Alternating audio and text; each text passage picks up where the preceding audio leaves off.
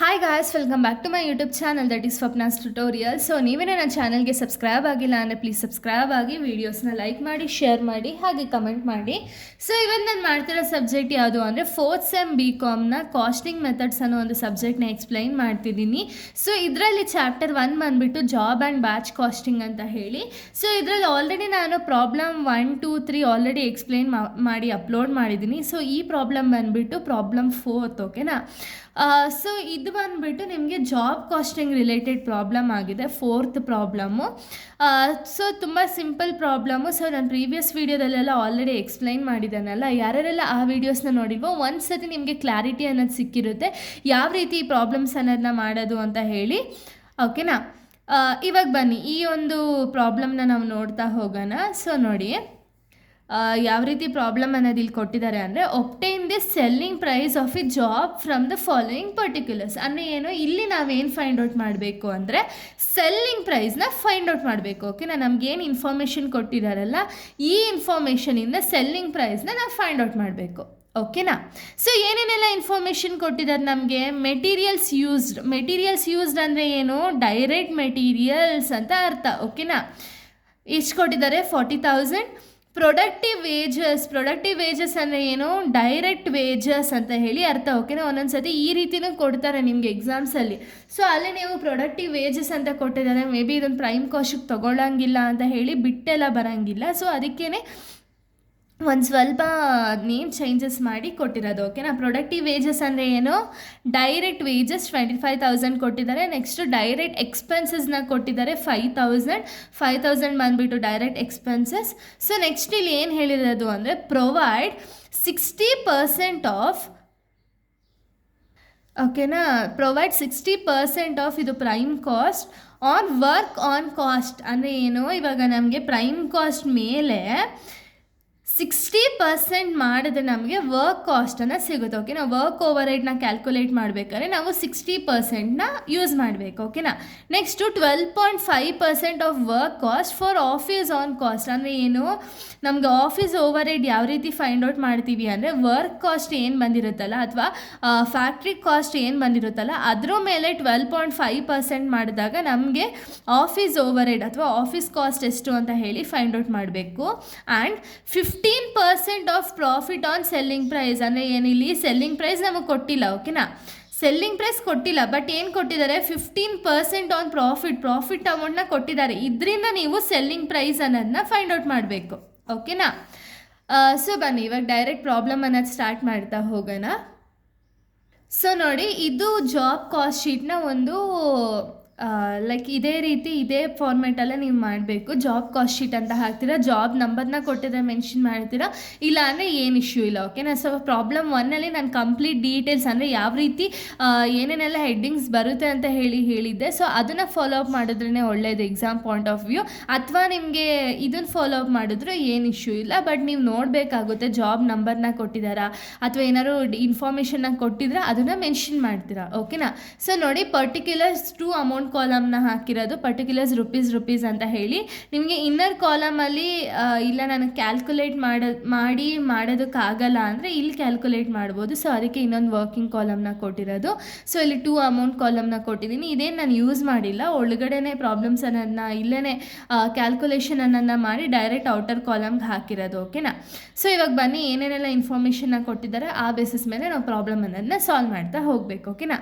First ನಾವು find out ಮಾಡಬೇಕಾಗಿರೋದೇನು, prime cost, ಓಕೆನಾ. Prime ಕಾಸ್ಟ್ಗೆ ಏನು ಆ್ಯಡ್ ಮಾಡಬೇಕು, direct materials, direct wages and direct expenses, ಓಕೆನಾ. ಸೊ ಇಲ್ಲಿ ನೋಡಿ ಪ್ರಾಬ್ಲಮಲ್ಲಿ ಏನೇನಿದೆ, ಡೈರೆಕ್ಟ್ ಮೆಟೀರಿಯಲ್ಸ್ ಎಷ್ಟು ಕೊಟ್ಟಿದ್ದಾರೆ, 40,000 ಆ್ಯಸ್ ಇಟ್ ಈಸ್ ಬರೀರಿ. ಪ್ರೊಡಕ್ಟಿವ್ ವೇಜಸ್ ಅಂದರೆ ಡೈರೆಕ್ಟ್ ವೇಜಸ್ನ ಕೊಟ್ಟಿದ್ದಾರೆ 25,000 ಆ್ಯಸ್ ಇಟ್ ಈಸ್ ಬರೀರಿ. ಡೈರೆಕ್ಟ್ ಎಕ್ಸ್ಪೆನ್ಸಸ್ 5,000 ಕೊಟ್ಟಿದ್ದಾರೆ, ಇದನ್ನು ಕೂಡ ಆ್ಯಸ್ ಇಟ್ ಈಸ್ ಬರೀರಿ, ಓಕೆನಾ. 40,000, 25,000, 5,000 ಇಷ್ಟನ್ನು ಆ್ಯಡ್ ಮಾಡಿದಾಗ ನಿಮಗೆ ಸಿಗೋಂಥದ್ದೇನು, ಪ್ರೈಮ್ ಕಾಸ್ಟ್ ಎಷ್ಟು ಸಿಕ್ಕಿದೆ, 70,000 ಪ್ರೈಮ್ ಕಾಸ್ಟ್ ಸಿಕ್ಕಿದೆ, ಓಕೆನಾ. ಇದಕ್ಕೆ ನೀವೇನು ಆ್ಯಡ್ ಮಾಡಬೇಕು, ವರ್ಕ್ ಓವರ್ ಹೆಡ್ ಅಥವಾ ಫ್ಯಾಕ್ಟ್ರಿ ಓವರ್ ಹೆಡ್ನ ಆ್ಯಡ್ ಮಾಡಬೇಕು, ಓಕೆನಾ.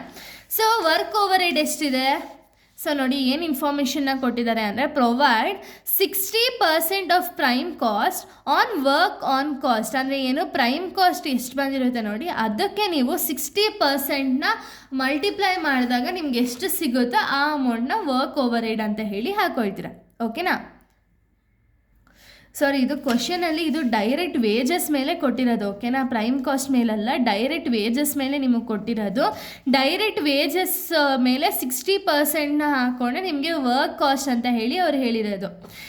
ಇದು ನನ್ನ ಪಿ ಅಂದ್ಕೊಂಡೆ, ಸಾರಿ. ಓಕೆನಾ? ಡೈರೆಕ್ಟ್ ವೇಜಸ್ ಮೇಲೆ 60% ಅಂತ ಹೇಳಿ ಕೊಟ್ಟಿರೋದು. ಓಕೆನಾ? ಡೈರೆಕ್ಟ್ ವೇಜಸ್ ಎಷ್ಟಿದೆ ನಮ್ಮ ಹತ್ರ? 25,000 ಡೈರೆಕ್ಟ್ ವೇಜಸ್ ಇದೆ. ಓಕೆನಾ? 25,000 ಇಂಟು 60% ಮಾಡಿದಾಗ ನಮಗೆ 15,000 ರೂಪೀಸ್ ಬರುತ್ತೆ. ಓಕೆನಾ? ಇವಾಗ ನಿಮ್ಗೆ ಇಷ್ಟೇ ಇನ್ಫಾರ್ಮೇಷನ್ ಕೊಟ್ಟಿರೋದು ವರ್ಕ್ ಓವರ್ ಹೆಡ್ ಬೇಸಿಸ್ ಮೇಲೆ. ಸೊ 70,000 ಪ್ಲಸ್ 15,000 ಆ್ಯಡ್ ಮಾಡಿದಾಗ ನಿಮಗೆ ಸಿಗೋದೇನು? Work cost. ವರ್ಕ್ ಕಾಸ್ಟ್ ಎಷ್ಟು ಸಿಕ್ಕಿದೆ? 85,000 ರೂಪೀಸ್ ವರ್ಕ್ ಕಾಸ್ಟ್ ಸಿಕ್ಕಿದೆ. ಓಕೆನಾ? ಇದಕ್ಕೆ ಯೂಶ್ವಲಿ ನೀವೇನು ಆ್ಯಡ್ ಮಾಡ್ತೀರಾ? ಆಫೀಸ್ ಓವರ್ ಹೆಡ್ನ ಆ್ಯಡ್ ಮಾಡಬೇಕು. ಓಕೆನಾ? ಆಫೀಸ್ ಓವರ್ ಹೆಡ್ ಇನ್ಫಾರ್ಮೇಷನ್ ಏನು ಕೊಟ್ಟಿದ್ದಾರೆ? 12.5% of work cost on office on cost ಅಂತ ಹೇಳಿ. ಅಂದರೆ ವರ್ಕ್ ಕಾಸ್ಟ್ ಏನು ಬಂದಿರುತ್ತಲ್ಲ, ಇದಕ್ಕೆ 12.5%ನ ಮಲ್ಟಿಪ್ಲೈ ಮಾಡಿದ್ರೆ ನಮಗೆ ಎಷ್ಟು ಸಿಗುತ್ತೋ ಆ ಅಮೌಂಟ್ನ ಹಾಕೋಬೇಕು. ಓಕೆನಾ? ನಮಗೆ ವರ್ಕ್ ಕಾಸ್ಟ್ ಎಷ್ಟು ಬಂದಿದೆ? 85,000 ಇಂಟು 12.5%ನ ನಾವು ಮಲ್ಟಿಪ್ಲೈ ಮಾಡಿದಾಗ ನಮಗೆ ಸಿಗೋದೆಷ್ಟು? 10,625 ಸಿಗುತ್ತೆ ಅಲ್ವಾ? ಸೊ 10,625 ನಮಗೆ ಆಫೀಸ್ ಓವರ್ ಹೆಡ್ ಸಿಕ್ಕಿದೆ. ವರ್ಕ್ ಕಾಸ್ಟ್ ಪ್ಲಸ್ ಆಫೀಸ್ ಓವರ್ ಹೆಡ್ನ ನಾವು ಆ್ಯಡ್ ಮಾಡಿದಾಗ ಸಿಗೋದು ಟೋಟಲ್ ಕಾಸ್ಟ್. ಟೋಟಲ್ ಕಾಸ್ಟ್ ಎಷ್ಟು ಬಂದಿದೆ? 95,625 ಬಂದಿದೆ. ಓಕೆನಾ? ಈಗ ಇರೋದು ನಾವೇನು ಫೈಂಡ್ ಔಟ್ ಮಾಡಬೇಕು ಅಂದರೆ ಸೆಲ್ಲಿಂಗ್ ಪ್ರೈಸ್ನ ಫೈಂಡ್ ಔಟ್ ಮಾಡಬೇಕು ಅಲ್ವಾ? ಸೆಲ್ಲಿಂಗ್ ಪ್ರೈಸ್ನ ಫೈಂಡ್ ಔಟ್ ಮಾಡಬೇಕು. ಬಟ್ ನಮಗೆ ಆಲ್ರೆಡಿ ಪ್ರಾಫಿಟ್ನ ಅವರೇ ಕೊಟ್ಟಿದ್ದಾರೆ. ಅಂದರೆ ಏನು? 15% ಪ್ರಾಫಿಟ್ನ ಎಸ್ಟಿಮೇಷನ್ ಆಗಿ ಕೊಟ್ಟಿದ್ದಾರೆ. ಓಕೆನಾ? ನೋಡಿ, ಪ್ರಾಫಿಟ್ ಆನ್ ಸೆಲ್ಲಿಂಗ್ ಪ್ರೈಸ್ ಎಷ್ಟಿದೆ? 15%. ಓಕೆನಾ? ನಾವು ಇದನ್ನು ಯಾವ ರೀತಿ ಕ್ಯಾಲ್ಕುಲೇಟ್ ಮಾಡಬೇಕು ಅಂದರೆ ಟೋಟಲ್ ಕಾಸ್ಟ್ನ ತೊಗೊಳ್ತೀರಾ ಫಸ್ಟು. ಟೋಟಲ್ ಕಾಸ್ಟ್ ಎಷ್ಟಿದೆ? 95,625. ಓಕೆನಾ?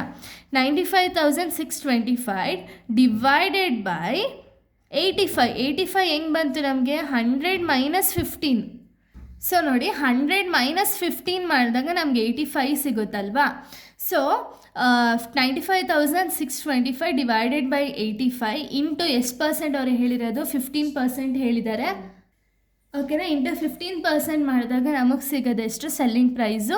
ಅಂದರೆ 15% ಪ್ರಾಫಿಟ್ ಇಟ್ಕೊಂಡು. ಓಕೆನಾ? ಪ್ರಾಫಿಟ್ ಬಂದುಬಿಟ್ಟು 15% ಅಂತ ಹೇಳಿದಾರಲ್ಲ. So 95,625 total cost. ಇದ್ರ ಮೇಲೆ 15% ಅಂದರೆ 16,875 ಬರುತ್ತೆ.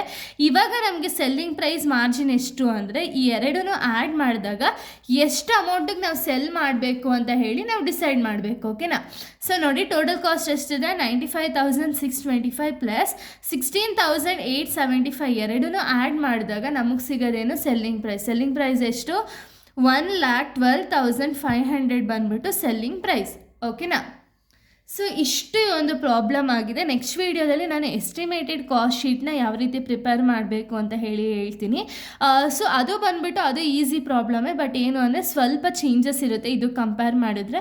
ಅದು ನೀವು ನೀಟಾಗಿ ಎಸ್ಟಿಮೇಟ್ ಮಾಡಿಬಿಟ್ಟೆ ಪ್ರಾಬ್ಲಮ್ ಅನ್ನೋದು ಸಾಲ್ವ್ ಮಾಡಬೇಕು. ಸೊ ನೆಕ್ಸ್ಟ್ ವೀಡಿಯೋದಲ್ಲಿ ಅದನ್ನು ನಾನು ಹೇಳ್ಕೊಡ್ತೀನಿ. ಇಲ್ಲಿಗೆ ಒಂದು ವಿಡಿಯೋ ಅನ್ನೋದು ಕಂಪ್ಲೀಟ್ ಆಗುತ್ತೆ. So thank you guys, thanks for watching.